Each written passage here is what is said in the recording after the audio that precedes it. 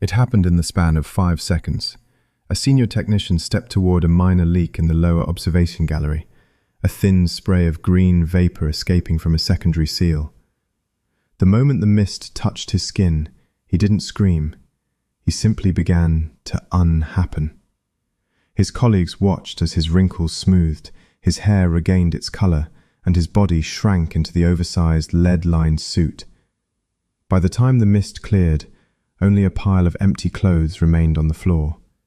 He had been reverted to an unborn state, his personal timeline erased by the concentrated residue of the Gorge's past. This was the green leak, the moment the glass dam stopped being a miracle and became a cork in a bottle of compressed history that was finally shattering. For 40 years, the vitreous 9 barrier had held back more than water. It had dammed the stream of time itself, trapping 3 million years of geological memory behind its translucent walls. Now that history was hemorrhaging into the present, dissolving reality one molecule at a time. We are going to show you how Casey Green's impossible dream of harvesting dark light transformed from a global energy miracle into a geographical wound that will never heal. We will trace the 40-year arc from the first pour of synthetic crystal to the final shattering of the timeline, and reveal why the green glow in the cracks is the sound of a world ending. The answer lies within the shimmering, translucent walls of a structure that was never meant to exist in our reality. To understand the tragedy of the dam, one must first grasp the impossible nature of the Sunless Gorge itself. It is a geological anomaly, a vertical wound in the Earth's crust, so deep and narrow that the sun hasn't touched the floor in 3 million years.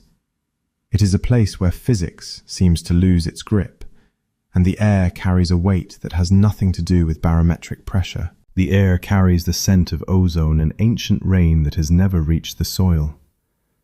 The gorge was not just a hole in the ground, it was a reservoir for a substance the world had never seen before.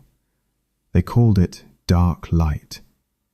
It appeared as a bioluminescent silt, a glowing marrow that clung to the damp stone walls and pooled in the lowest basins. It didn't behave like fire or electricity. It was a cold, rhythmic radiance that seemed to breathe. The first lanterns used by the cult Voda scouts were powered by mere handfuls of this silt, and they burned for months without fading. It was the ultimate prize, an infinite, self-sustaining energy source hidden in the dark. However, the gorge protected its secrets through a shifting, deceptive geography. Initial attempts to map the abyss were met with baffling failures. A stone spire documented on Tuesday would be 100 yards to the west by Thursday. A narrow passage might lead to a vast cavern one morning, only to terminate in a solid wall of basalt by the afternoon. It was as if the landmarks themselves were shy, moving only when no human eye was there to witness the transition. The survey teams began to suffer from a specific type of vertigo, a feeling that the ground beneath them was not just unstable, but undecided. The Calt Voda Corporation, driven by a hunger for the dark light, realized quickly that traditional mining was out of the question. You cannot extract resources from a landscape that refuses to stay still. To harvest the energy, they didn't just need a refinery, they needed a tether. They needed to find a way to pin the gorge to a single point in time and space. They realized they couldn't just mine the gorge, they had to stabilize it. They needed a cork for the bottle, a way to halt the fluid motion of the abyss and force the dark light into a predictable, harvestable state. This realization shifted the project from a mining operation to an architectural miracle.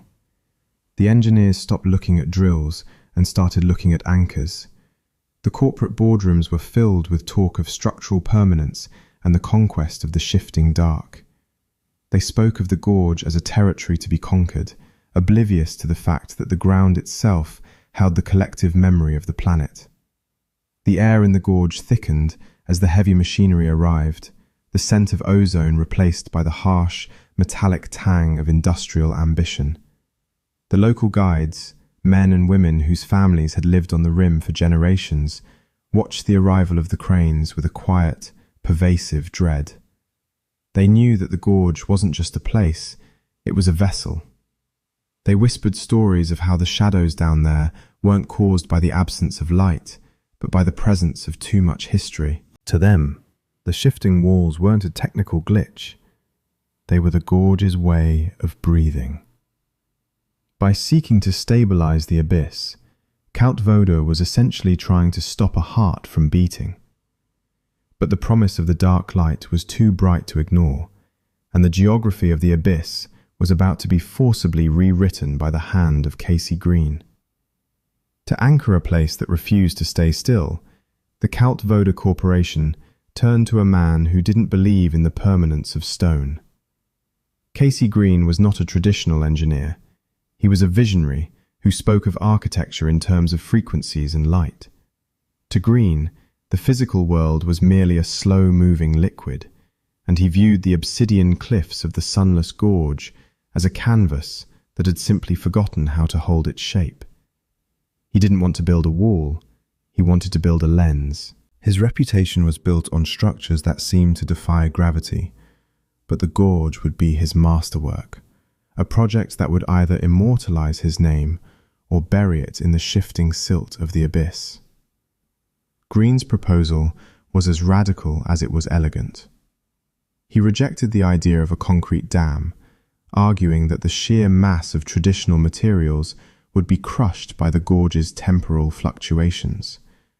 Instead, he proposed a barrier made entirely of vitreous 9.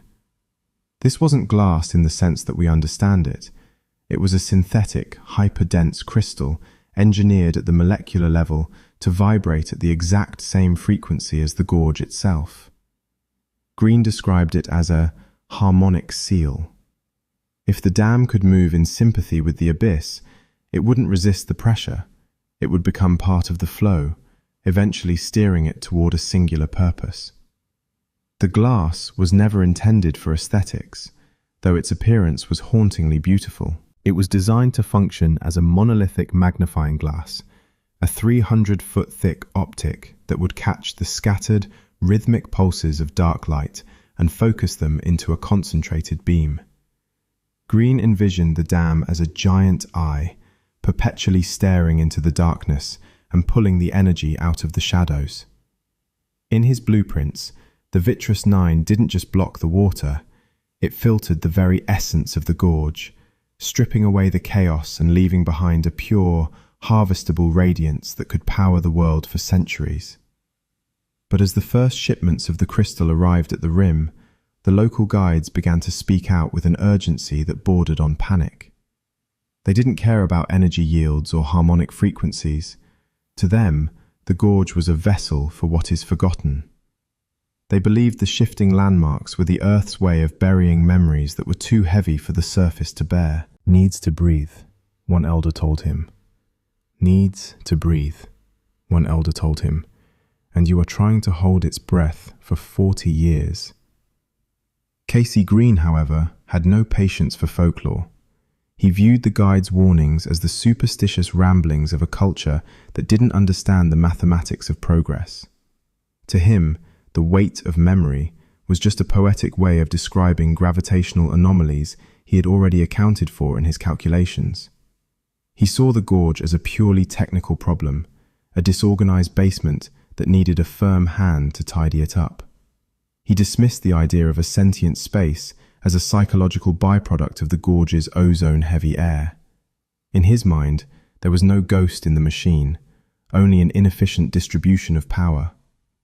This hubris would become the foundation of the project. Green moved forward with a cold, academic certainty, convinced that human ingenuity could outpace the ancient rhythms of the abyss. He treated the vitreous 9 as a submissive tool, never suspecting that the material he had designed to focus the light would eventually begin to absorb the very history he claimed didn't exist. The architect had built a cage, but he had failed to realize that the prisoner he was catching had no physical form. He was about to pour the first foundation into a hole that went much deeper than the earth. Construction of the glass dam bypassed the traditional clamour of hammers, beginning instead with a silent, rhythmic descent.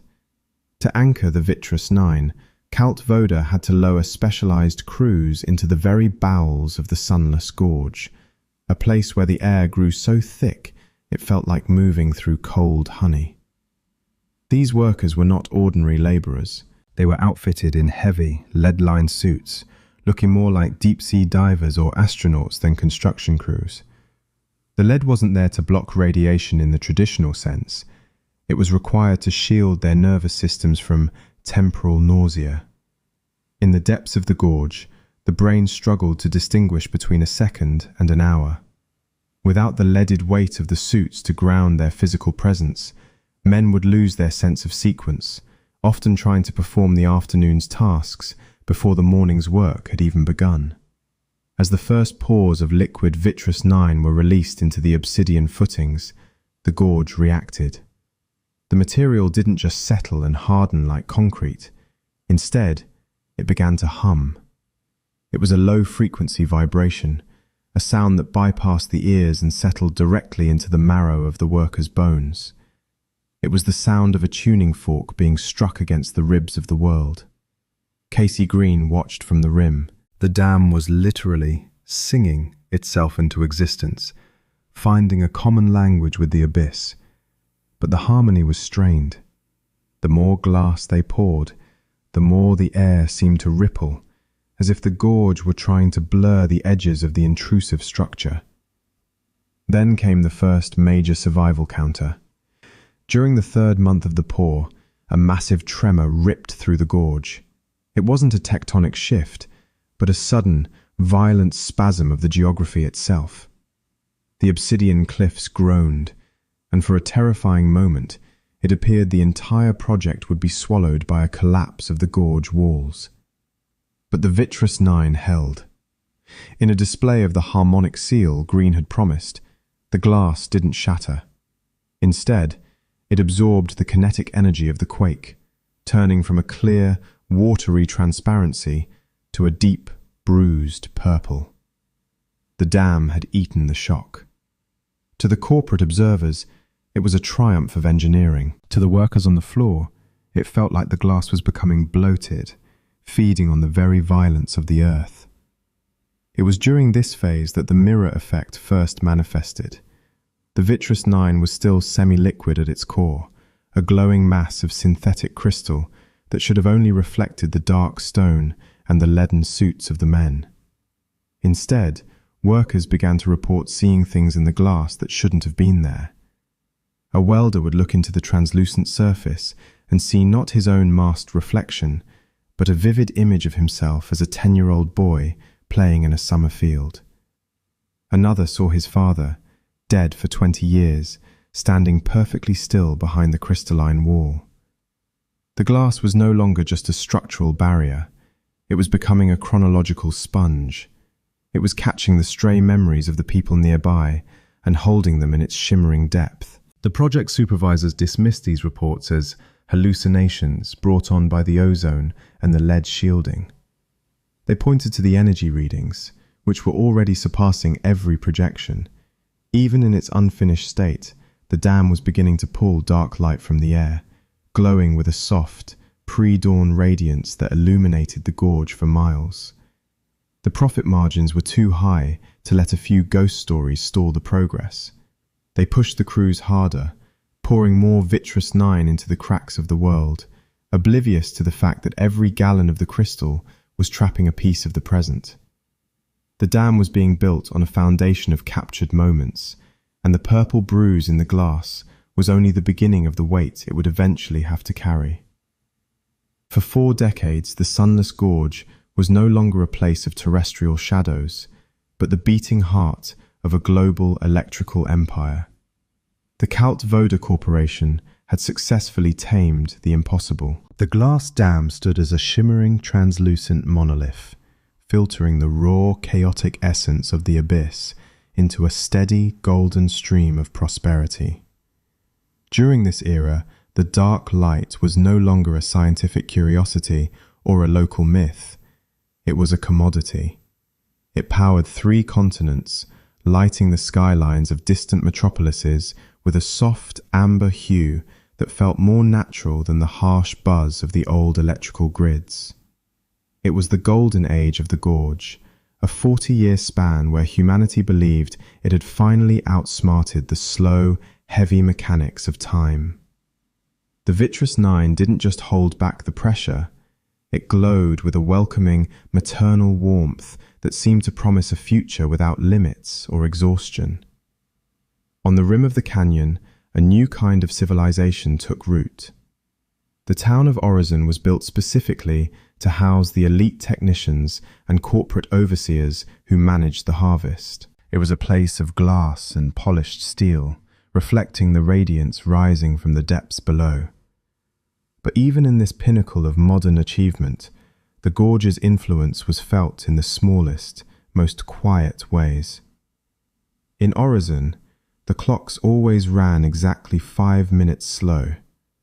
No matter how many times the digital chronometers were synchronized with the global atomic clock, they would inevitably drift backward within an hour.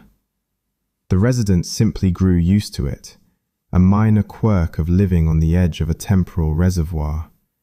They lived in a perpetual just before, a lingering moment of anticipation that never quite resolved.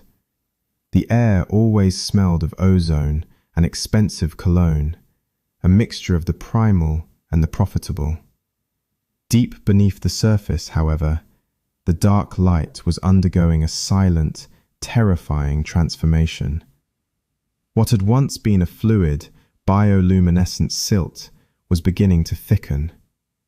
The constant pressure of the Vitreous Nine lens, combined with 40 years of artificial extraction, had caused the energy to compress. It was turning from a liquid into a dense, sentient sludge. It no longer flowed, it pulsed. The technicians monitoring the lower intake valves began to report that the substance felt heavy, not with mass, but with intent. It clung to the interior face of the glass like a living skin, a dark, swirling mass of indigo and charcoal that seemed to watch the workers through the translucent barrier. The amber glow that had defined the first 30 years began to lose its purity, as if something was tainting the light from the inside out. The change was gradual, almost imperceptible to those who saw the dam every day, but to the few remaining local guides who still lived in the old stone huts far from the corporate glow, the shift was unmistakable. The inviting amber light was failing. In its place, a thin, sickly green vein began to map its way across the base of the structure. It looked like a subterranean lichen, a bioluminescent rot that moved with a slow, predatory grace. This green radiance didn't offer the warmth of the amber. It was a cold, piercing light that made the skin crawl. It was the color of ancient copper and stagnant water. It was the first physical manifestation of the memory fractures, a sign that the Vitreous Nine had finally reached its saturation point. The glass was no longer a filter. It was a sponge that had been wrung dry, and the history it had spent 40 years absorbing was starting to leak back into the present. The first crack appeared in the absolute dead of a Tuesday night, a silent visual fracture that manifested like a thought surfacing in a sleeping mind. There was no thunderous roar of splitting stone, no crystalline snap from 300 feet of pressurized Vitreous Nine. It was 300 feet long, a jagged, hair-thin silver lightning bolt that traced a path from the obsidian anchoring point to the very center of the dam's primary optic. When the morning shift arrived, they didn't hear the damage. They felt it, in the way the air seemed to stutter. The light passing through that specific fracture wasn't refracted, it was edited. The Count Voda engineers initially treated the event as a structural failure, a simple matter of physical stress or a flaw in the molecular bonding of the crystal. They brought in sonic dampeners and thermal patches, attempting to fuse the silver line back into a seamless whole. But the tools refused to engage. The scanners returned readings that defied every law of material science. The gap wasn't empty space, and it wasn't a physical separation of the vitreous nine. It was a memory fracture. The glass wasn't breaking from the weight of the water or the density of the silt. It was buckling under the sheer, localized mass of 40 years of trapped history. The substance behind the dam had long since ceased to be water or even the bioluminescent sludge of the early harvest. It had become a pressurized slurry of every moment that had ever occurred within the Sunless Gorge. The dam was holding back the visual and emotional residue of 3 million years of isolation. The silent growth of ancient ferns, the slow grinding of the tectonic plates, and the whispered fears of the first explorers. The vitreous nine had acted as a sponge for too long, and now, saturated with the past, it was beginning to leak. The silver crack began to glow with that same sickly, anaerobic green light that had first appeared at the base, a radiance that felt like a bruise on the retina. The realization sparked a quiet, frantic panic within the corporate offices. They weren't dealing with a flood of liquid. They were facing a breach in the sequence of reality. The dam had ceased to restrain a river. It now held back the then, preventing its collision with the now. If the glass failed, the gorge wouldn't just be submerged in water. It would be submerged in a chaotic, overlapping soup of different eras. The golden age of Orison was not just ending. It was being overwritten by the very shadows Casey Green had claimed were irrelevant. The geography was beginning to groan, not from the wind, but from the sudden, impossible weight of 1,000 years trying to occupy the same square inch of space. The first true survival counter occurred in the lower observation gallery, a reinforced bunker designed to monitor the intake flow. A minor leak sprung from a secondary seal, a spray of fine, mist-like green vapor. A senior technician, a man who had worked the gorge for 20 years, stepped forward to manually close the emergency valve. The moment the green spray touched his skin, he didn't scream, he didn't bleed. He simply began to unhappen. In a span of 5 seconds, his colleagues watched as his wrinkles smoothed, his hair regained its color, and his body shrank into the oversized, lead-lined suit.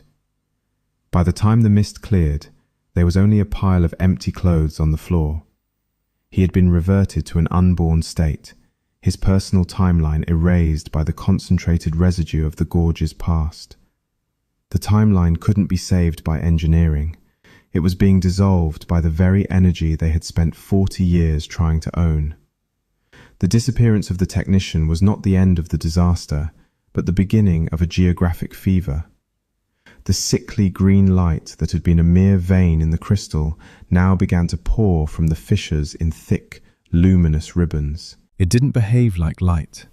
It had a viscosity, a heavy, creeping quality that allowed it to cling to the obsidian walls and drip into the lower reaches of the gorge. This was the green leak, a localized hemorrhage of pure, unrefined time. To the human eye, the light felt fundamentally wrong, a color that shouldn't exist in a world governed by a linear sun. It cast shadows that moved independently of their sources, and it made the very air appear to ripple like the surface of a stagnant pond. Where this green radiance touched the ancient cliffs, the results were both miraculous and horrific. In the span of a few heartbeats, ancient ferns, species that had been extinct for 10 million years, sprouted from the bare stone, their fronds unfurling with a wet, frantic sound. They grew to 10 feet in height in seconds, only to turn to brittle coal moments later as the light shifted its frequency. The gorge was undergoing a biological seizure. The stone itself began to soften and reform. A jagged outcrop would smooth into a river-worn pebble and then sharpen into a volcanic spike, all while the observer watched. The geography was folding in on itself, losing its anchor to the present. The top of the dam, once a towering 300 feet above the floor, was suddenly level with the bottom of the gorge, then miles above it, as the verticality of the abyss became a suggestion rather than a fact. The Kalt Voda Corporation, however, remained trapped in a different kind of loop, the loop of corporate denial. Even as the reality of the gorge dissolved, the board of directors refused to order an evacuation. They saw the green light not as a threat to existence, but as a temporary fluctuation in their greatest asset. They feared that if they abandoned the dam, they would lose their legal claim to the dark light. They issued memos speaking of containment protocols and optical recalibration, while the floor of the gorge became a graveyard of overlapping eras. They were so focused on the power they were generating that they failed to see the world they were powering was being disconnected from the map. Amidst this rising chaos, an old man arrived at the rim of the canyon. Casey Green had been away for nearly 30 years, living in a self-imposed exile, but the news of the green decay had pulled him back to his masterwork. He stood on the observation deck, looking down at the shimmering, fractured lens he had created. He saw the mirror effect, not as a hallucination now, but as a catastrophic success. His cage had worked too well. It had become a magnifying glass for the very entropy he had tried to stabilize. He realized, with a cold, hollow dread, that the Vitreous Nine wasn't just holding back the past, it was concentrating it. The dam was a pressure cooker of history, and the green leaks were the steam escaping before the final explosion. Green walked through the deserted corridors of the upper rim, his footsteps echoing in a way that sounded like someone else's footsteps from 40 years ago. He realized that his hubris had created a wound that wouldn't heal. He had sought to turn stone into liquid and glass into a cage, but he had only succeeded in turning the gorge into a permanent ghost. The air around him began to smell of wet paper and funeral lilies, the scent of used time. He looked at his hands and saw them flickering, momentarily smooth and young, then gnarled and translucent. The final breaking point was no longer a matter of if, but a matter of when the glass would decide it had seen enough. The climax of the Sunless Gorge did not arrive with a bang, but with a structural sigh that felt like the earth finally admitting defeat. At 3:47 a.m., the central pane of the Vitreous Nine Dam, the very heart of Casey Green's optic, shattered. In any other reality, millions of tons of pressurized water and silt would have thundered down the canyon, erasing everything in a violent surge of kinetic energy. But here, the water didn't flow. It didn't even fall. As the glass disintegrated into a billion glowing shards, the slurry of the past simply stayed suspended in the air, a monolithic wall of frozen moments. The dam was gone, but the pressure of history was so immense that it had replaced the physical structure with a solid block of translucent, unmoving time. The Sunless Gorge was no longer a canyon. It had become a kaleidoscope of different eras, a vertical graveyard where the linear sequence of the universe had been ground into a fine, glowing powder. To look into the space where the dam once stood was to lose one's mind in a labyrinth of visual echoes. In one corner of the abyss, you could see the gorge as it was 3 million years ago, a raw, volcanic rift dripping with primordial steam. Inches away, overlapping without touching, was the gorge as it would be 1,000 years into a future that would now never happen. A cold, silent trench of white dust.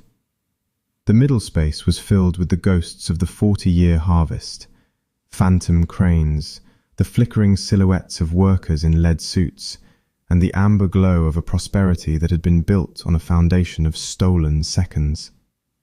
The surrounding geography was permanently scarred by this sudden release of temporal energy.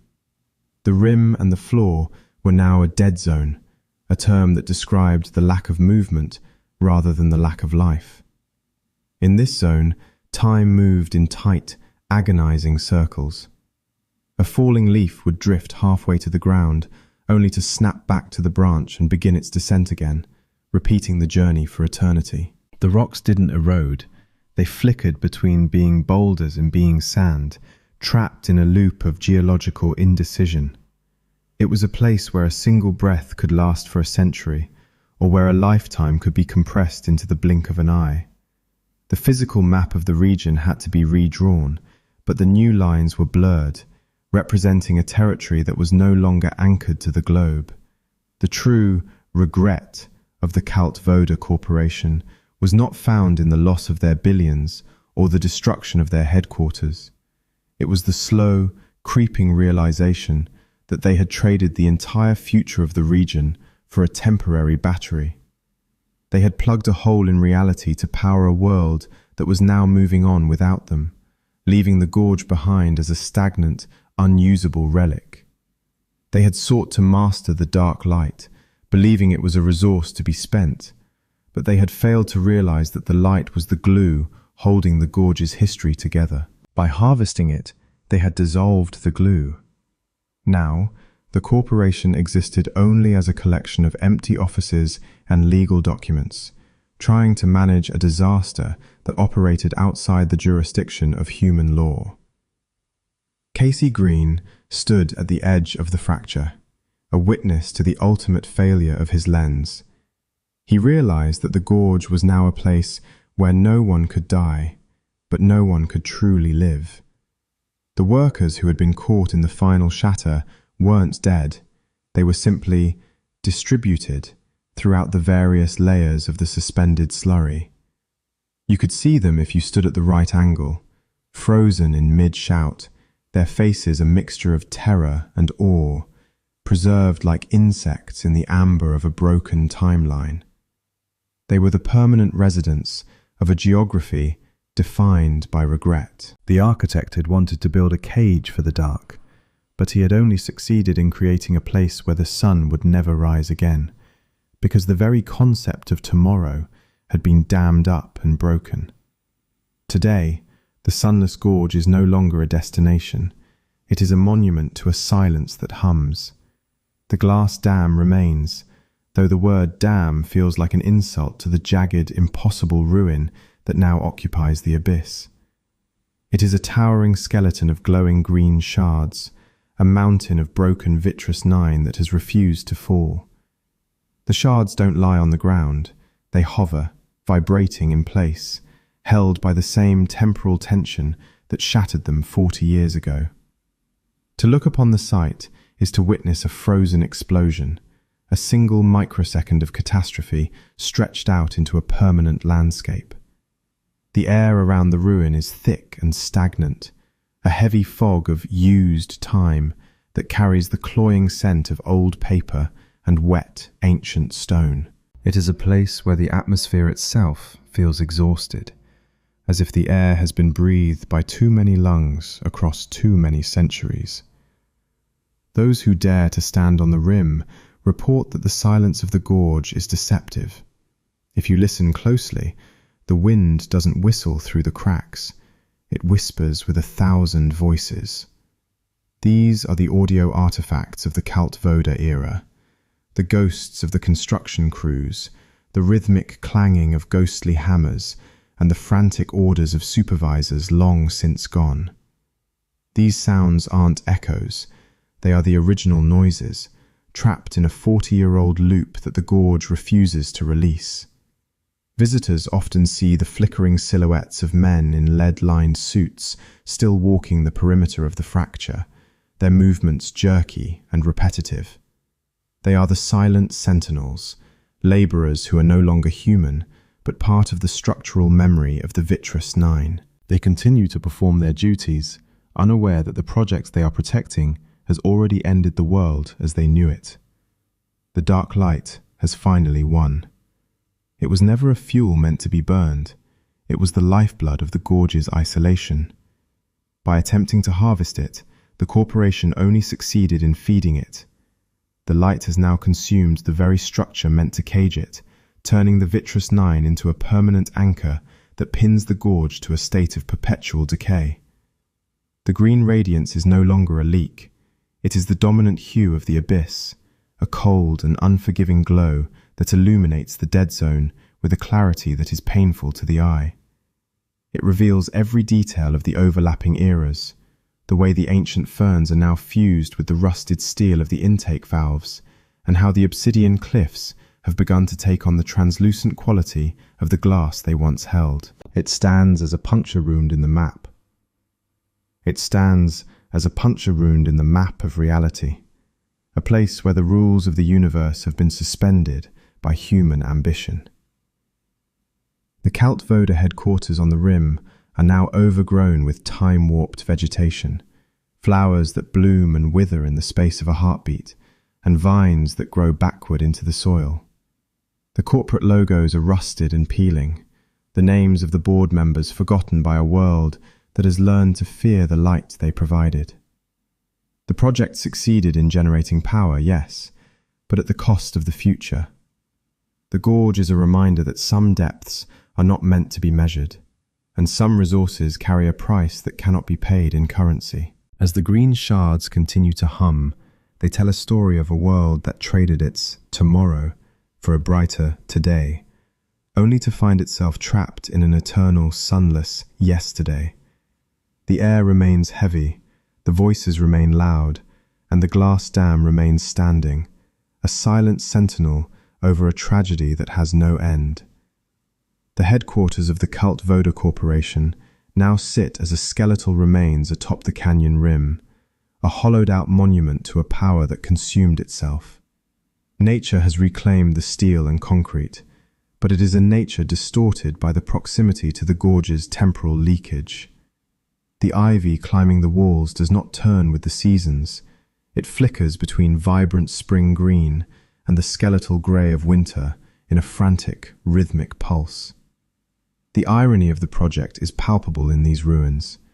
In their desperate pursuit to power the entire world, the architects of Calt Voda succeeded only in disconnecting this specific piece of the earth from reality entirely. They sought to build a battery for the future, but instead, they created a puncture wound in the map where the future can no longer go. The Vitreous 9 was never truly the lens Casey Green promised. In the cold light of history, we see it for what it actually was, a massive, crystalline sponge. It possessed a finite capacity to hold the weight of the gorge's memory, and for 40 years, it drank until it could hold no more. The saturation point was inevitable, yet the ambition of the boardrooms blinded them to the physics of the metaphysical. They viewed the dark light as a simple fuel, unaware that it was the very essence of the gorge's identity. By stripping it away, they didn't just harvest energy, they harvested the cohesion of the landscape itself. Now, the headquarters serve as a silent witness to that theft, a place where the air is thick with the scent of ozone and the heavy metallic tang of industrial regret. The most haunting image of this failed ambition is found at the very edge of the primary fracture. There, burned into a jagged shard of the glass that still clings to the obsidian cliff, is a shadow. It is the silhouette of Casey Green, captured at the exact moment the central pane shattered. It is not a reflection, but a permanent scorch mark on the timeline. The shadow stands with its head bowed, eternally looking down at the shimmering green chaos that replaced his masterwork. It is a terrifyingly literal representation of his legacy, a man forever trapped in the moment he realized his mistake. The world outside the gorge has moved on to other power sources and other dreams, but for Casey Green, the clock stopped at 3:47 a.m. 40 years ago. The Sunless Gorge has become a non-place, a geographical scar that refuses to heal. It is a reminder that human ingenuity, when divorced from a respect for the ancient and the unseen, creates a vacuum that reality cannot fill. The residue of their ambition is not found in the energy they produced, which has long since been spent and forgotten, but in the silence that now reigns over the abyss. It is a heavy, pressurized silence that warns any who stand on the rim that some depths are not meant to be measured, and some lights are better left in the dark. The Calt Voda dream was a bright one, but it cast a shadow that will never lift from this canyon. The dam stands as a final reminder that some forces are not meant to be harnessed or contained. Subscribe to Fabled Legacies to uncover more hidden histories and lost relics.